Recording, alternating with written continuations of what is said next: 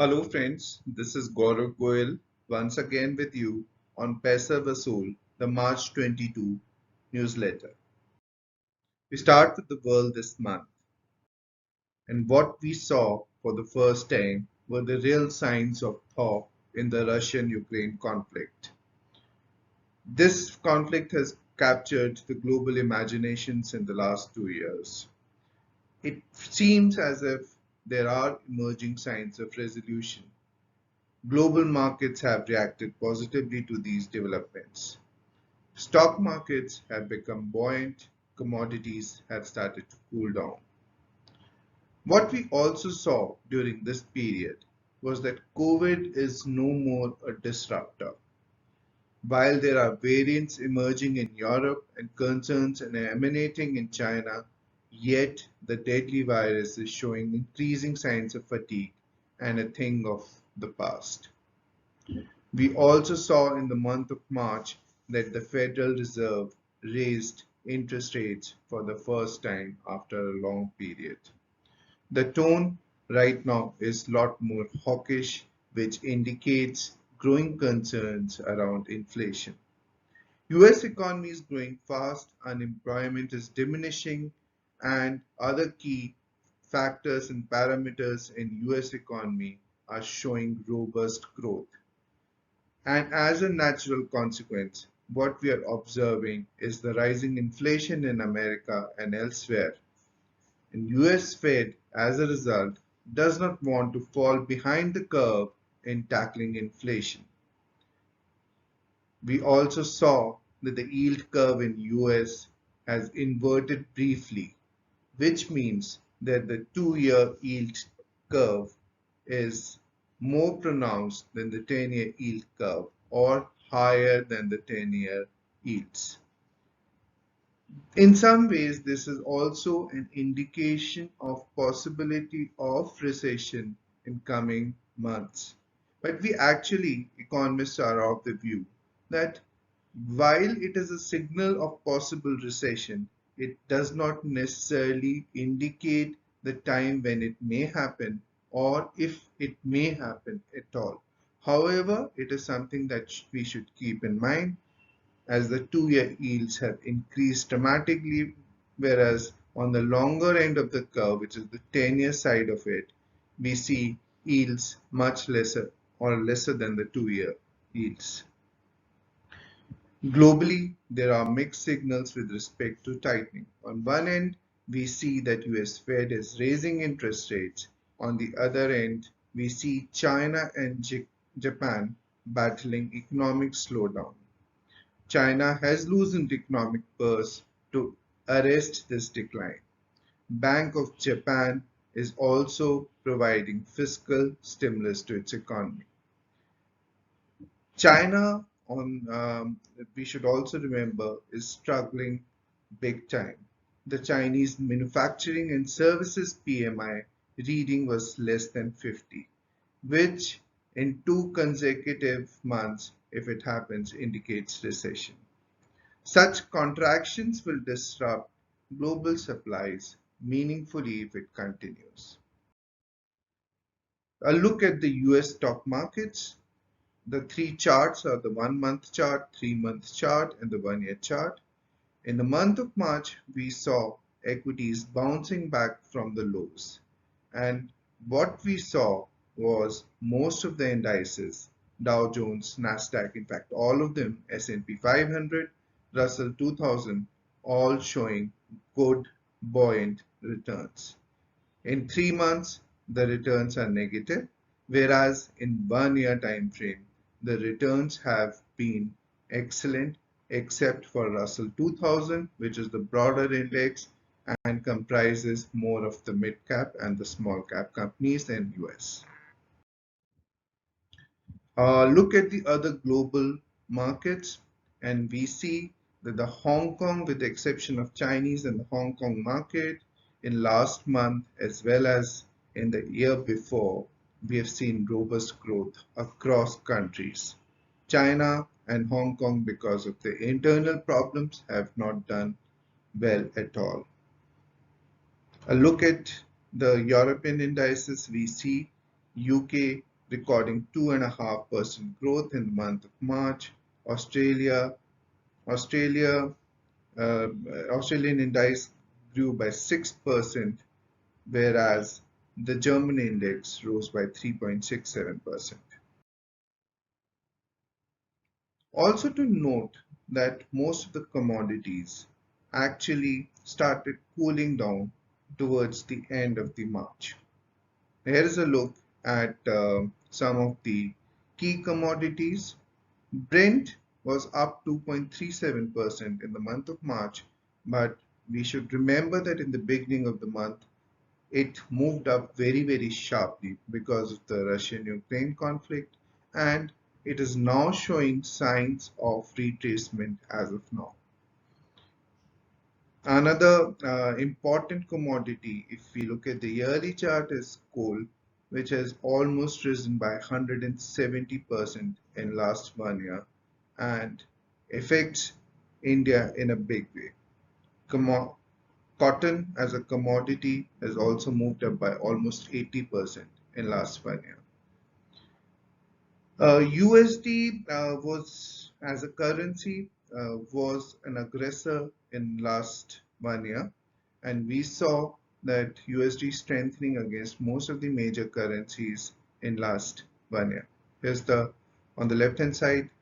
Look at the currency pairs, the leading currency pairs across the globe. So if we look at India, what we saw was the return of foreign institutional investors after a long period of time towards the very fag end of the March. In fact, if we look at the figures of FIIs in this first 3 months, we will realize that they were net sellers in a big way in Indian markets. Not just 3 months, it's been constantly happening from last 7-8 months, wherein FIs have been withdrawing from Indian markets. And remarkably, it's the domestic institutional investors and retail investors who have shielded our markets in a big way. Just for records, FIs withdrew 28,000 crores in the month of January, 38,000 crores in the month of February, and 43,000 crores Indian rupees in the month of March. Overall, they've sold around 1.1 lakh crores in financial year 21-22. Equity markets staged a bounce back in the month of March in Indian indices. Nifty 50 rose by a massive 6%, Bank Nifty was up by 4%, Mid Cap Index was up by 6%, and Small Cap was up 5%. As a consequence, Indian VIX or the volatility index declined by almost 27%. One important noticeable contribution to the India's economy were the GST collections. In the month of March, they were in excess of 1.42 lakh crore rupees, an increase of 15% over last 1 year and highest ever collected in a single month. There are also some positive news for the stock markets as the elections in the 5 key states of India, including Uttar Pradesh, which is the largest state in the country in terms of population. The results were out and they were largely positive for the ruling Bharatiya Janata Party, and as a result, positive for the Indian stock markets as well. There's also a lot of buzz happening in some of the new age sectors, and what we saw was Maruti Suzuki announcing an investment of around INR 10,440 crores to build a new electric car and a battery factory in Gujarat. In fact, most of the leading car manufacturers like Tata, Hyundai, and now Maruti have lined up investments of close to INR 40,000 crores in next 6 years. Here's a look at the Indian indices in last 1 month and the performance in last 1 month, 3 months, 6 months, and a year. So as I told you, all the indices did exceptionally well in the month of March. They were negative, largely negative in the first 3 months of this of this calendar year, whereas over a period of 1 year, they have shown impressive growth with Nifty Small Cap rising by almost 28% and Nifty 50 rising by close to 18.88%. This also marks the end of financial year 21-22, which happened on a largely robust note. As far as the sectors are concerned, if we look at, we will realize that Nifty Metal, Nifty Media, and IT sectors were one of the best performing sectors in the whole of year 21-22. The IT sector, the pharma sector, media was outstanding, and the reality was up by 8%. Nifty Media was up 16% in the month of March. So if we try to look into the future and make some important calls about what's going to happen in next few months, then we will have to say that the conflict in Ukraine is likely to peter out in next 3 to 6 months. There is a good possibility that the Russian president Vladimir Putin will have to back out and may have to actually face global as well as domestic backlash, but likely to survive. World will become increasingly bipolar. There could be a nexus between countries like Russia, China, Iran, and North Korea on one end, and US and NATO countries on the other side. There will be increased defense budgets globally, and more countries will opt for nuclear arsenals. There's also a possibility that Western countries may threaten India with economic sanctions for its neutral stand on the conflict. India, right through the conflict, has acted on the basis of prudence and its internal self-interests. Threats would not result in actual sanctions. India will remain an important global player on the back of its favorable demographics as a growing economy and a military powerhouse. Oil prices will cool down to USD 70 to 80 levels in next 3 to 6 months. Commodity prices across the board will see a sharp fall. This is very important for India because we are a net importer of energy to the level of almost 80 to 85% of all our energy requirements. And if the oil prices remains where they are at about 110 US dollar levels for Brent, it's a big dent on Indian economy. But we see a possibility of oil prices reverting to the mean in next 3 to 6 months. And hopefully it won't be as bad for Indian economy as is being perceived at this point of time. Also, the world will finally say goodbye to COVID as a lethal disease. There would still be some severe variants which will keep emerging, but they will remain largely inconsequential. Cyclical sectors will stage a near vertical V-shaped recovery.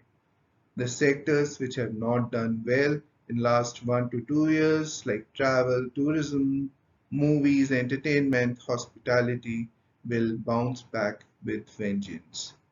Indian government is likely to conclude some long time stuck disinvestment projects, and there would be positive movements forward on asset monetization as well. RBI, while it has maintained a supportive stance till now, is likely to raise interest rates sooner than expected to tackle the bulging inflation in India as well. Look at some of the portfolio strategies that we run at Lamox Investments.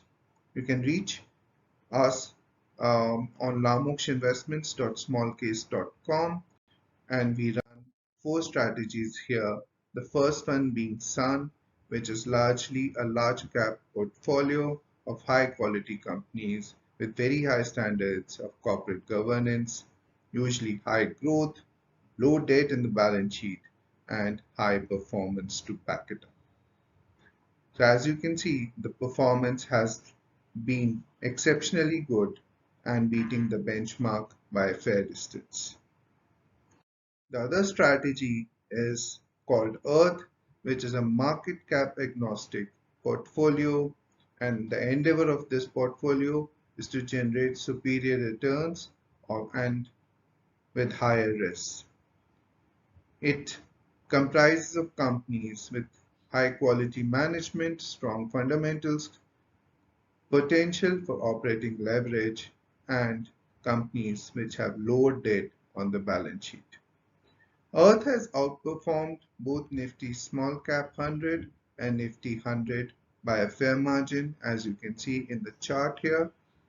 The performance came down a little bit in last couple of months, but since then has revived and beating the benchmarks comfortably. Another jewel in our portfolio is called Moon, which is a satellite portfolio of quality stocks, and its aim is to generate high returns, and it takes high degree of risk over a long period of time. It consists largely of mid and small cap stocks, involves regular rebalancing the portfolios based on performance, targets, and macro economic environment. It includes one of the important theme of this portfolio is that it incorporates turnaround stories, corporate restructuring, mergers, acquisitions, plays momentum, and invests in cyclical sectors. As you can see, it is constantly over a period of time beaten both the benchmarks, which is the Nifty Small Cap, and if you look at the wider benchmark, Nifty 100, by a fair margin. One important thing to note here is that it's a far more volatile portfolio and moves up and down in a more significant manner as compared to markets. Galaxy is our another portfolio, which is a collection of super stocks. It's aimed to give higher returns and has a classy set of companies which are backed by strong fundamentals and high standards of corporate governance. It's a flexi cap strategy and aimed at delivering superior returns without taking additional risk. So this was conceptualized, this came into existence on 14 July 2021, and since then it has beaten its benchmark index Nifty multi-cap portfolio by a fair margin. So we stand for trust.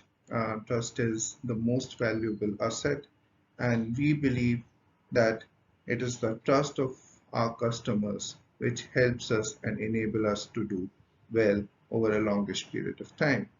We believe in affordable pricing, unbiased advisory, complete transparency, and personalized attention.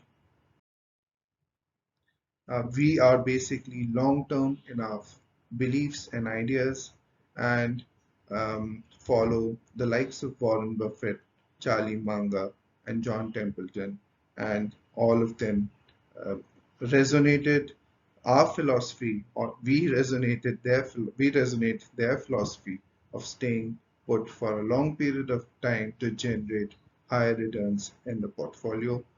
We need to identify good companies, quality management, and that's what our share belief is. As for myself, I spent more than 2 decades in domestic and international companies in the financial sector, worked with institutions like Barclays, IFL, and ICICI Bank. Um, attained a got a postgraduate degree in international business from Indian Institute of Foreign Trade in the year 2000, and I am registered with SEBI as an investment advisor. You can reach us via Gmail, YouTube, Twitter, LinkedIn, and Telegram.